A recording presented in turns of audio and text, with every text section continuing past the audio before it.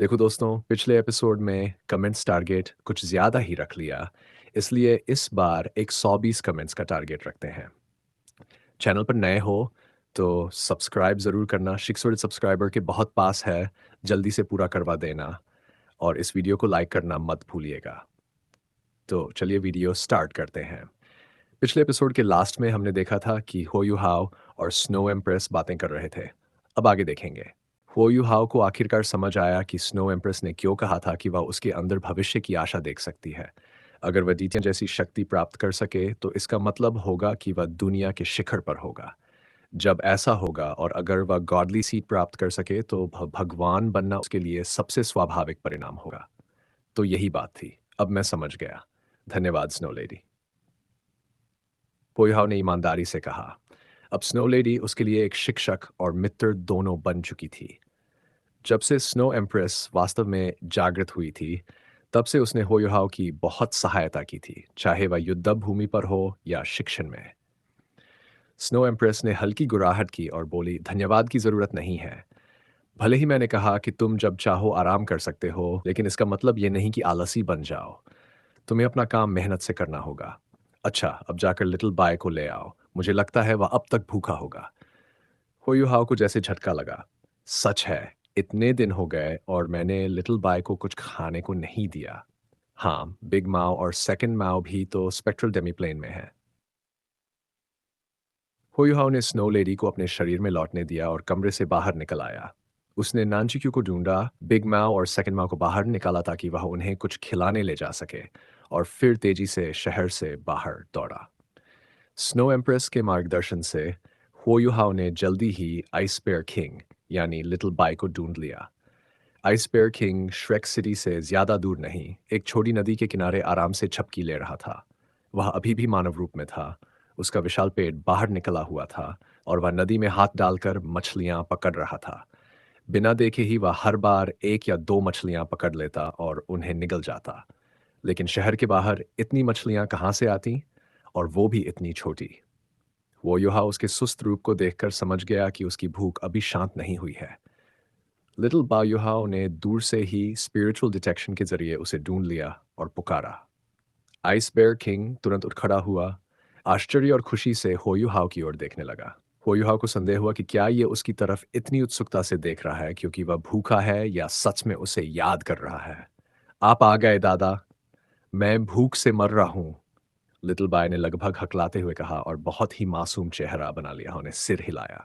अगर कोई देखता तो कौन मानता कि ये आदमी एक्सट्रीम नॉर्थ के सबसे शक्तिशाली सैवेज बीस्ट्स में से एक है। वह तो भूखे बच्चे की तरह लग रहा था। ठीक है, ठीक है, पेट भर लो। होयुहाव ने अपने स्टोरेज सोल टूल से सूखी मछली और मांस का ढेर निकाला ताकि आइसबेयर किंग खा सके। होयुहाव के मन में योजना थी कि वह उसे वापस लेकर जाएगा, क्योंकि अगर वह टैंक सेक्ट में जाकर इस तरह खाना खाने लगेगा तो पूरा सेक्ट डर के मारे हिल जाएगा। आइसबेयर किंग खाने में इतना मगन था कि उसे और कुछ परवाह नहीं थी। वह बैठ गया और खुशी खुशी खाना खाने लगा। पूरा 1 घंटा खाने के बाद उसने पेट थपथपाया और अचानक बहुत जोश में आ गया। होयुहाव बस उसे देखता रह गया। अब कहाँ चलें दादा, आइसबेयर किंग ने पूछा। तभी सफेद रोशनी की चमक में स्नो एम्प्रेस प्रकट हुई। माँ! आइसबेयर किंग तुरंत जमीन पर लेट गया और आदर से बोला। स्नो एम्प्रेस का चेहरा थोड़ा लाल हो गया। मुझे माँ मत कहो, अगली बार स्नो एम्प्रेस कहना। फिर वह होयुहाव की ओर मुड़ी। युहाव, तुम उससे अभी फ्यूज करना चाहते हो या बाद में? होयुहाव समझ गया। क्या आप कह रही हैं कि मेरी सोल पावर रैंक 80 पर पहुंच गई है? स्नो एम्प्रेस ने सिर हिलाया। हाँ, भले ही अभी पहुंचे हो, लेकिन तुम रैंक 80 पर हो। तुम बिना दिक्कत के एक और सोल रिंग या स्पिरिट अब्सॉर्ब कर सकते हो। लिटिल बाय तुम्हारा विरोध नहीं करेगा और स्पिरिट बनने के बाद तुम्हारी सोल पावर कम से कम 2 रैंक बढ़ जाएगी, क्योंकि तुम्हारे पास अल्टीमेट आइस है। वरना एक सामान्य सोल मास्टर को 4 या 5 रैंक तक बढ़ोतरी मिलती। रैंक 80 के बाद सोल पावर बढ़ाना बेहद मुश्किल था, लेकिन लिटिल बाय जैसे 2 लाख साल पुराने सैवेज बीस्ट के स्पिरिट बनने से यह संभव था। लेकिन फिर भी उसने कहा, स्नो लेडी, मुझे उस पर दया आती है। क्या उसे मेरा स्पिरिट बनाना सही होगा? स्नो एम्प्रेस मुस्कुराई। तुम्हें हिचकिचाने की जरूरत नहीं है। अब मुझे तुम पर भरोसा है। तुमसे जुड़ना उसके लिए भी अच्छा होगा। वह गायब नहीं होगा, उसकी चेतना बनी रहेगी। ये मौका हर सोल बीस्ट का सपना होता है। इसलिए चिंता मत करो, लिटिल बाय खुद भी इसके लिए तैयार होगा। हाँ, हाँ, मैं तैयार हूँ, लिटिल बाय ने बिना सोचे तुरंत कहा। हो युहाओ ने मन ही मन कहा, लिटिल बाय तुम शायद समझ भी नहीं रहे क्या हो रहा है, बस जल्दी में बोल रहे हो। फिर उसने कहा, स्नो एम्प्रेस, अभी मैं फ्यूज नहीं करूंगा। मैं जल्द ही फ्रंटलाइन जा रहा हूँ जहाँ सन मून एम्पायर और हेवनली सोल एम्पायर के बीच युद्ध चल रहा है। वहाँ लिटिल बाई की मदद ज़रूरी होगी। एक्सपीडिशन के बाद हम स्नो एम्प्रेस बोली, ठीक है, उसे साथ ले जाओ। जब चाहो तब फ्यूज़ कर सकते हो। ध्यान रहे वो अपनी ट्रिबुलेशन के करीब है, अगर कुछ गड़बड़ लगे तो तुरंत फ्यूज़ कर लेना। वो युहाओ ने सिर हिलाया। ठीक है, टीचर शाओया को बचाने के बाद मैं ऐसा ही करूँगा। हो युहाओ आइस बेयर किंग को लेकर टैंग सेक्ट लौटा। उसने लिटिल बाय को समझाया कि अंदर जाकर उसे दादा नहीं कहना है। लिटिल बाय उत्सुक बच्चे की तरह सवाल पूछता रहा जब तक युहाओ ने यह धमकी नहीं दी कि अगर वह चुप नहीं हुआ तो उसे खाना नहीं मिलेगा। जैसे ही वे दरवाजे पर पहुंचे, नाना मिली। कई सालों में नाना बहुत बदल चुकी थी। अब वह आत्मविश्वासी और सुंदर थी। टांगसेक्ट की बटलर थी और उसकी स्थिति बहुत ऊंची थी। फिर भी जब भी होयुहाव देखती वह आदतन मास्टर कहती। ये मेरे दोस्त है। होयुहाव ने आइस बेयर किंग का परिचय कराया। नाना मुस्कुराई, टांगसेक्ट में आपका स्वागत है। आइस बेयर किंग ने सीधा कहा, हेलो प्रिटी लेडी। होयुहाव ने तुरंत उसे कोहनी मारी, तब जाकर वह शर्मिंदा होकर चुप हो गया। बेबे का कार्यालय विस्फोट में नष्ट हो गया था, इसलिए अब बैठकें कॉन्फ्रेंस रूम में हो रही थी। वहां टैंग सेक्ट के वरिष्ठ सदस्य इकट्ठा थे। चर्चा हो रही थी कि शाओए को बचाने के मिशन पर कौन जाएगा। एल्डेस्ट सीनियर ब्रदर, इस बार मुझे जाने दो, हिकेतो की आवाज आई जिसमें हल्का आक्रोश था। बेबे मुस्कुराया, जल्दी मत करो खेतो, मुझे पता है तुम बाहर जाना चाहते हो, लेकिन टैंग सेक्ट की देखरेख के लिए तुम्हारी जरूरत है। टीचर श्वान सब नहीं संभाल सकते और तुम सोल टूल्स में सबसे कुशल हो, हमारे लिटिल जूनियर ब्रदर के बाद। तुम स्थिर हो, इसलिए मैं चाहता हूं कि तुम फिलहाल मेरी जगह देखरेख करो। हिकेतु ने सिर हिलाया। नहीं एल्डेस्ट ब्रदर, मुझे जाने दो। लिटिल जूनियर ब्रदर को यहाँ रहने दो, वह हर काम मुझसे बेहतर कर सकता है। वैसे भी वह लंबे समय से बाहर खतरे में रहा है, अब उसे थोड़ा आराम करने दो। सेकंड सीनियर ब्रदर, मेरी पीठ पीछे वार मत करो, युहाव हंसते हुए बोला। हिकेतु ने उसकी ओर मुड़कर देखा और हंसते हुए बोला, तुम इसे बैकस्टैब कर रहे हो? मैं ये बात तुम्हारे सामने भी कहता। तुम हाल ही में बहुत बाहर घूम रहे हो और सेक्ट के अंदर के सारे काम हम लोग संभाल रहे हैं। अब तुम्हारी बारी है यहीं रुकने की। हुईहाव हल्के से मुस्कुराया और बोला, मैं सेक्ट के अंदरूनी मामलों को संभालने में ज्यादा अच्छा नहीं हूं।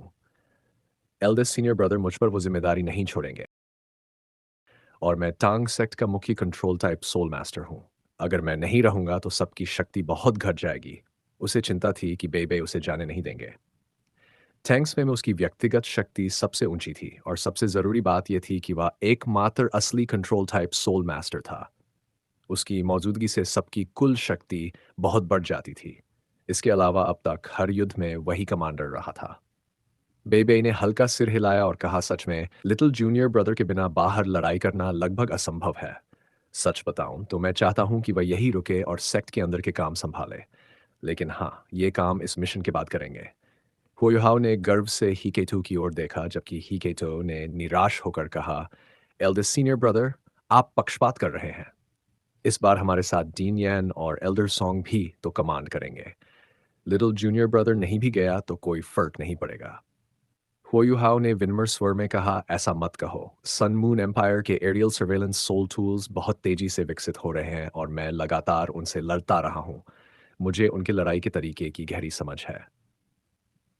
इसके अलावा फ्रंट लाइन्स की स्थिति अभी रहस्य है और हमें नहीं पता कि टीचर शाओया कहाँ है। मेरी स्पिरिचुअल डिटेक्शन से उन्हें ढूंढना बहुत आसान होगा। एल्डर श्वान ने पहले ही कहा है कि इस अभियान में हमें अपने दुश्मनों को भ्रमित रखना है। सेकंड सीनियर ब्रदर, तुम्हारी सोल टूल्स से लड़ने की शक्ति बहुत ऊंची है, लेकिन अगर हमने अपनी एकेडमी के सोल टूल्स का स्तर दुश्मनों को दिखा दिया तो हमारा पूरा प्लान खतरे में पड़ जाएगा। हिकेतो युहाओ की बात सुनकर चुप हो गया। सच तो यह था कि इस बार उसका यहीं रहना ज्यादा उपयुक्त था, लेकिन वह लंबे समय से बाहर नहीं गया था और कुछ करने के लिए बेचैन था। और सबसे जरूरी बात, शाओ शाओ भी इस एक्सपीडिशन में शामिल थी। इसलिए वह उसके लिए चिंतित था और उसका रक्षा करना चाहता था। मैं सहमत हूँ कि उसे यहीं रहना चाहिए। ये गहरी आवाज़ उसी समय सुनाई दी। सबकी नज़रें उस दिशा में मुड़ीं और यह आवाज़ श्वान जीवन की थी जो बे के ठीक नीचे बैठे थे। बाकी लोगों के शब्द इतने प्रभावी नहीं होते, लेकिन श्वान जीवन की बात सुनते ही खेतों के चेहरे पर मुस्कान आ गई। श्वान जीवन कौन थे? वह टैंग सेक्ट के सोलटूल हॉल के मास्टर थे और सेक्ट के हाल के विकास में उनका बहुत बड़ा योगदान था। सेक्ट के सभी वरिष्ठ सदस्य उन्हें अत्यंत सम्मान देते थे जैसे कोई शिक्षक हो।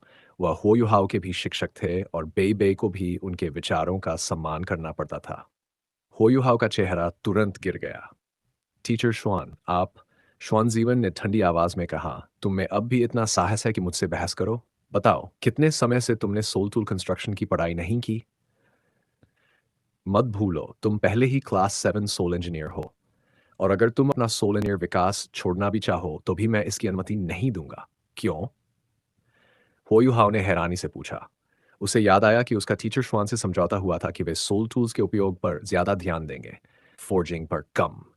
क्योंकि वह ट्विन मार्शल सोल्स वाला था और उसकी सोल मास्टर्स थी पहले ही बहुत ऊंची थी, दोनों क्षेत्रों में एक साथ प्रशिक्षण लेने से उसकी कल्टिवेशन गति पर असर पड़ता। बेशक ये तो वह कारण था जो उसने टीचर श्वान को बताया था। सच में जब से उसने अपना स्पिरिचुअल सोल कोर प्राप्त किया था और मैनिफोल्ड मिस्टीरियस आइस एसेंस अवशोषित किया था, तब से सोल इंजीनियर के रूप में प्रशिक्षण का उसकी कल्टिवेशन पर कोई विशेष प्रभाव नहीं पड़ता था। श्वान जीवन ने हल्की हंसी के साथ कहा, तुमने खुद के लिए गड्ढा खोद लिया है। याद है वो रेयर मेटल्स जो तुमने चुक्यू से यहाँ भिजवाए थे? क्या आप डिवाइन आइस क्रिस्टल्स की बात कर रहे हैं? वो युहाव ने पूछा। श्वान जीवन ने सिर हिलाया, हाँ, मैं उन्हीं डिवाइन आइस क्रिस्टल्स की बात कर रहा हूँ। मैंने पहले कभी ऐसा दुर्लभ धातु नहीं देखा था। इसलिए जैसे ही वह यहाँ पहुंची, मैंने उसकी जांच शुरू कर दी। कई तरीकों से मैंने उसका विश्लेषण किया और अंततः एक निष्कर्ष पर पहुंचा। श्वान जीवन खड़े हुए, सबकी ओर देखा और धीमे स्वर में बोले, डिवाइन आइस क्रिस्टल की गुणवत्ता दुनिया की किसी भी शीर्ष रेयर मेटल के बराबर है, बल्कि उससे भी बेहतर हो सकती है। इसका मतलब है कि इनसे क्लास 9 सोल टूल्स बनाए जा सकते हैं। यहाँ तक कि क्लास 10 सोल टूल्स के लिए भी ये उपयुक्त है। मैंने च्यूक्यू से सुना है कि तुमने इनकी काफी मात्रा प्राप्त की है। होयुहाओ ने जल्दी से कहा, हाँ, मैंने बहुत सारे इकट्ठे किए हैं टीचर श्वान, मैं ये सब आपको दे दूंगा। बाद में जब जरूरत होगी तो आप मेरे लिए एक उपयुक्त सोल टूल बना दीजिएगा। स्वान जीवन ने कहा, हाँ, डिवाइन आइस क्रिस्टल बहुत मूल्यवान है, लेकिन शायद तुमने ये नहीं सोचा कि मैं इससे कुछ फोर्ज नहीं कर सकता। क्या? वो युहाओ ने हैरानी से पूछा, क्यों? टीचर श्वान तो अब क्लास 9 सोल इंजीनियर है। भले ही उन्होंने हाल ही में यह सत्र प्राप्त किया हो, लेकिन सोल टूल्स के ज्ञान और फोर्जिंग में वह पूरे महाद्वीप के सर्वश्रेष्ठ में से है। तो फिर ऐसी दुर्लभ धातु का क्या उपयोग जिसे टीचर श्वान भी फोर्ज नंच कर सकें? श्वान जीवन ठंडी हंसी हंसे और बोले, क्योंकि डिवाइन आइस क्रिस्टल्स को फोर्ज करते समय वे लगातार अत्यधिक ठंड छोड़ते हैं। ये ठंड लगभग -100 डिग्री होती है और इतनी ठंड में मैं भी काम पूरा नहीं कर सकता। फोर्जिंग और इनग्रेविंग दोनों में पूर्ण एकाग्रता चाहिए होती है। जरा सी गलती सब बिगाड़ देती है। ऐसे में मैं फोर्ज कैसे कर सकता हूँ? इसका मतलब यह है कि डिवाइन आइस क्रिस्टल बेहतरीन धातु है, लेकिन इसे फोर्ज करने वाला केवल तुम हो सकते हो, क्योंकि तुम्हारे पास अल्टीमेट आइस मार्शल सोल है और तुम इस ठंड से नहीं डरते। होयुहाव का चेहरा जम गया। अब वह समझ गया कि अपने ही पैर पर कुल्हाड़ी मारना क्या होता है। टीचर चुआन का मतलब था कि पूरे टैंग सेक्ट, शायद पूरे महाद्वीप में वही अकेला व्यक्ति था जो डिवाइन आइस क्रिस्टल्स को फोर्ज कर सकता था। और ऐसी शीर्ष सामग्री का उपयोग केवल शीर्ष सोल टूल्स के लिए होना चाहिए जिसके लिए भारी मेहनत जरूरी थी। लेकिन वह अभी फोर्जिंग में केवल क्लास 7 स्तर पर था, यानी टीचर श्वान उसे रोकना चाहते थे ताकि वह आगे सीख सके। टीचर श्वान, अगर फोर्जिंग के दौरान इतनी ठंड निकलती है तो क्या इससे उसकी गुणवत्ता पर असर नहीं पड़ेगा? अगर अंदर की ठंड खत्म हो गई तो फोर्जिंग सफल होने पर भी उसका मूल्य नहीं रहेगा, है ना? हुयुहाव ने कहा, इसकी चिंता मत करो। मैंने पहले ही इस पर प्रयोग किए हैं। डिवाइन आइस क्रिस्टल्स को मैंने शीर्ष रेयर मेटल कहा है, तो यूं ही नहीं। जब इन्हें बाहर से मारा जाता है या इनमें सोल पावर प्रवाहित की जाती है, तो ये अत्यधिक ठंड छोड़ते हैं। लेकिन जैसे ही ये क्रियाएं बंद होती हैं, ठंड वापस खिंच जाती है। यानी इनकी ऊर्जा भीतर सुरक्षित रहती है और ये अपनी मूल अवस्था बनाए रखते हैं। इस तापमान परिवर्तन के कारण मैं इन्हें फोर्ज नहीं कर सकता, वरना अब तक सोल टूल्स बना चुका होता। अब तुम्हारे पास क्या कहने को बचा है? हो युहाओ ने मजबूर हंसी के साथ कहा, क्या ये काम मेरे लौटने के बाद तक रुक नहीं सकता? नहीं। संजीव ने दृढ़ स्वर में कहा, तुम इतने समय से बाहर घूम रहे हो और न तो फॉर्जिंग पर ध्यान दे रहे हो, न सोल इंजीनियर के रूप में मेहनत कर रहे हो। अगर ऐसा चलता रहा तो तुम अपनी प्रतिभा खो दोगे। मत सोचो कि तुम प्रतिभाशाली हो तो जो चाहो कर सकते हो। तुम अभी युवा हो, लेकिन अगर ध्यान भटका तो तुम्हारा भविष्य सीमित रह जाएगा। इसलिए अब तुम्हें ध्यान केंद्रित करना होगा। मैं तुम्हें इस बार जाने नहीं दूंगा। तुम टैंक सेक्ट में रहोगे, अंदरूनी मामलों को संभालोगे और मेरे साथ सोल टूल्स क्राफ्टिंग सीखोगे। बहुत समझदारी की बात कही, टीचर श्वान। हिकेतु ने तुरंत चापलूसी की। श्वान जीवन ने उसे घूरा और कहा, कोशिश मत करो, न वह जा सकता है न तुम। युहाव सही कह रहा है कि अभी हमें शांत रहकर अपनी शक्ति इकट्ठा करनी है। हम सन मून एम्पायर के सामने अपनी क्राफ्टिंग क्षमता उजागर नहीं कर सकते, और तुमने फोर्जिंग में पहले ही क्लास 8 सोल इंजीनियर का स्तर छू लिया है, इसलिए तुम्हें भी यहीं रहकर सीखना होगा। मुझे लगता है कि जब तुम्हारी सोल पावर रैंक 80 पर पहुंचेगी तुम क्लास 8 सोल इंजीनियर बन जाओगे। ही केतु ने लंबा चेहरा बनाया, इतना आसान नहीं है। मैं अभी सिर्फ रैंक 75 पर हूँ। स्वान जीवन शांत स्वर में बोले, तुम्हें स्थिर रहना होगा, और अगर तुम चले गए तो यहाँ सिर्फ मैं बचूंगा। सारे काम मेरे ऊपर आ जाएंगे। वैसे भी तुम्हारा वहां जाना ज्यादा काम का नहीं है, इसलिए यहीं रहकर मेहनत करो। जब हमारी 3 सोल इंजीनियर लीजेंड्स बन जाएंगी तब जाकर जो करना चाहो कर लेना। अभी के लिए मेरे लिए मेहनत करो। ही केतु वापस अपनी सीट पर बैठ गया। वह टीचर श्वान को नाराज कैसे कर सकता था? वह तो अभी उनसे क्लास 9 सोल इंजीनियर बनने की राह में मार्गदर्शन चाहता था। हालांकि वह बाहर न जा पाने से थोड़ा निराश था, लेकिन पिछले 1 वर्ष में उसकी कल्टीवेशन और सोल टूल्स के प्रति समझ तेजी से बढ़ी थी। उसकी शक्ति अब पहले से कई गुना अधिक थी। इसलिए भले ही वह उदास था, फिर भी कुछ कहने की हिम्मत नहीं जुटा पाया। बेबेन हो युहाओ की ओर देखा। वह अभी भी काफी असमंजस में था, क्योंकि अगर हो युहाओ उनके साथ जाता तो उनके मिशन की सफलता की संभावना बहुत बढ़ जाती। लेकिन श्वानजीवन ने टैंगसेट के लिए अपना खून पसीना एक कर दिया था, और अब कोई भी उसके फैसले के खिलाफ कुछ नहीं कह सकता था। हो युहाओ ने अचानक कहा, टीचर श्वान, मुझे क्या करना होगा ताकि आप मुझे जाने दें? असल में मैंने हाल हाल के दिनों में बिल्कुल भी लापरवाही नहीं की है। श्वानज़ीवेन ठहाका लगाते हुए बोला, लापरवाही नहीं की? अच्छा, तो इसे साबित करना आसान है। सोल इंजीनियर्स अपने तरीके से बात साबित करते हैं। तुम्हें मेरे लिए एक क्लास स्टेज सोल टूल बनाना होगा और ये दिखाना होगा कि तुम उसे इस्तेमाल कर सकते हो। तभी ये साबित होगा कि तुमने सच में मेहनत की है। इसके अलावा तुम्हें उसे पूरी तरह से इस्तेमाल करना आना चाहिए। अगर ऐसा नहीं कर पाए तो तुम सेक्ट के अंदर ही रहोगे, और तब तक बाहर जाने के बारे में सोचो भी मत, जब तक कि तुम सोल दोलुओ नहीं बन जाते और क्लास 8 सोल टूल नहीं फोर्ज कर लेते। क्या ख्याल है मेरा सेक्ट लीडर? बेबे ने श्वान जीवन की ओर देखा, फिर हुओ युहाओ की तरफ मुड़कर असहाय भाव से देखा। अगर वे शाओया को बचाने नहीं जा रहे होते लाइक तो वह इस फैसले पर ताली बजाता, लेकिन यह मिशन बेहद खतरनाक था, और अगर हुओ युहाओ साथ होता तो वे अपने विरोधियों की हर चाल पहले से भांप सकते थे। फिर भी वह श्वान जीवन का विरोध नहीं कर सकता था, इसलिए उसने बस सिर हिलाया और कहा, मैं सहमत हूं। बेबे ने मन ही मन सोचा, छोटे भाई, अपनी किस्मत खुद बनाओ। किसने कहा था इतना बाहर बिताने के लिए कि अब टीचर श्वान खुद नाराज हो गए हैं? अब मैं कुछ नहीं कर सकता। हुओ युहाओ ने आह भरते हुए कहा, टीचर श्वान, ये तो बहुत कठोर है। क्या मैं क्लास 7 सोल टूल फोर्ज नहीं कर सकता? श्वान जीवन ने ठंडे स्वर में कहा, मुझे बेवकूफ मत समझो। तुम बहुत पहले से क्लास 7 सोल इंजीनियर हो। भले ही तुम ज़्यादा क्लास 7 सोल टूल्स बनाना नहीं जानते, लेकिन अपनी स्पिरिचुअल पावर से एक बनाना तुम्हारे लिए मुश्किल नहीं है। तुम सोल सेज हो। क्लास 7 सोल टूल तुम्हारे लिए खिलौना है। कोई बहस नहीं। तुम्हें क्लास 8 सोल टूल ही फोर्ज करना होगा। होयुहाओ ने मजबूर होकर हंसी की और कहा, लेकिन टीचर श्वान, मैंने तो कभी क्लास 8 सोल टूल का ब्लूप्रिंट तक नहीं देखा। मैं वो कैसे बना सकता हूँ? श्वानजीवन ने झुंझलाकर कहा, और फिर भी तुम ये कहते हो कि तुमने मेहनत की है। होयाओ समझ गया कि अब वो इससे नहीं बच सकता। जब टीचर श्वान गंभीर हो जाते थे, तब कोई भी उनका मन नहीं बदल सकता था। उसने सबकी ओर देखा, लेकिन ज्यादातर उसके साथी तो उसके हाल पर मुस्कुरा रहे थे। खासकर ननच्यू च्यू के चेहरे पर तो साफ खुशी झलक रही थी।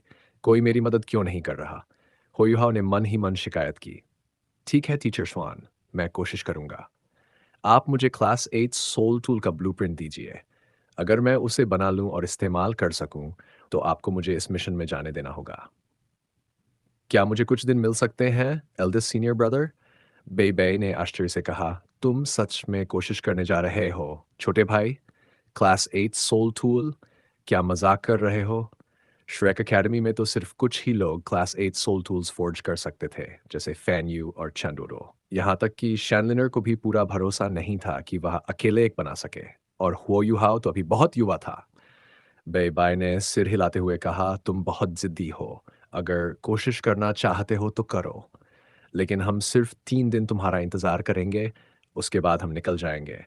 इन 3 दिनों में मैं सेक्ट के काम संभाल लूंगा और तुम अपनी तैयारी कर लो। बेई को अभी यह भी सोचना था कि हुआ युहाओ साथ नहीं आया तो तांग्या को कैसे बचाया जाए। सामने वाले मोर्चे की स्थिति अभी स्पष्ट नहीं थी, इसलिए उसे जानकारी इकट्ठा करनी थी। हुयुहाओ पूरे टांग सेक्ट में युद्ध और रणनीति का सबसे बड़ा जानकार था। बाकी लोगों ने भले युद्ध देखा हो, लेकिन असल में कमान हमेशा हुयुहाओ के हाथ में रही थी। ही केटू भी इस बार नहीं जा रहा था, इसलिए उनकी स्थिति और कठिन थी। हुयुहाओ ने निराश होकर कहा, ठीक है, 3 दिन ही सही। टीचर श्वान, कृपया जल्दी से मुझे वो ब्लूप्रिंट्स दीजिए। मैं अभी शुरू करता हूँ। श्वानजीवन मुस्कुराया। शरारती लड़के, अब समझ आया कि लड़ाई से पहले भाला धारदार करना जरूरी होता है। बाहर घूमने फिरने की आदत छोड़ो और अब ध्यान लगाओ। चलो मुझे दिखाओ कि तुम क्लास 8 सोल टूल कैसे फोर्ज करते हो।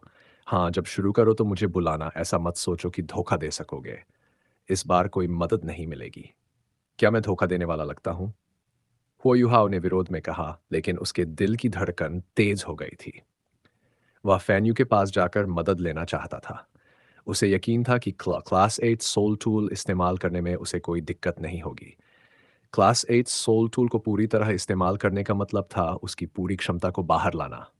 और अब होयुहाओ को अपने आध्यात्मिक सोल कोर के कारण विश्वास था कि यह मुमकिन है। श्वानजीवन ने एक मोटा ब्लूप्रिंट का ढेर उसे दिया।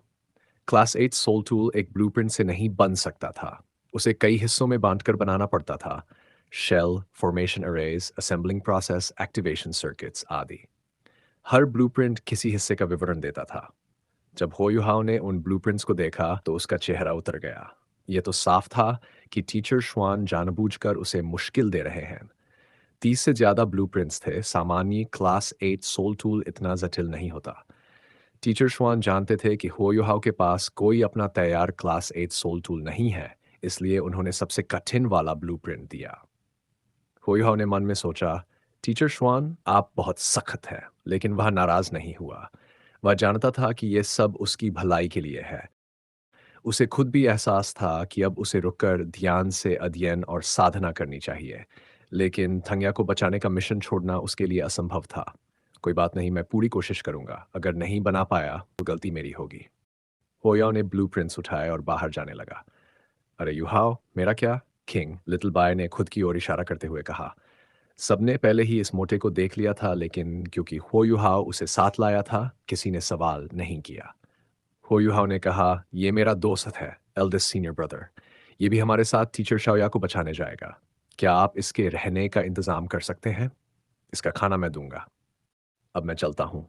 सेकंड सीनियर ब्रदर, क्या आप मेरे साथ चलकर कुछ मटेरियल्स जुटाने में मदद करेंगे? होयुहाओ टैंग सेक्ट का मुख्य सदस्य था, लेकिन सोलटूल हॉल से उतना परिचित नहीं था। हाल ही में हॉल को कई बार नया बनाया गया था, इसलिए उसे नहीं पता था कि जरूरी धातुएं कहाँ मिलेंगी। टीचर शुआन की सख्ती से बचने के लिए उसने ही केटो की मदद ली। ही केटो मुस्कुराया और उसके साथ चल पड़ा। वह भी देखना चाहता था कि हुईहाओ क्लास 8 सोल टूल कैसे फोर्ज करेगा।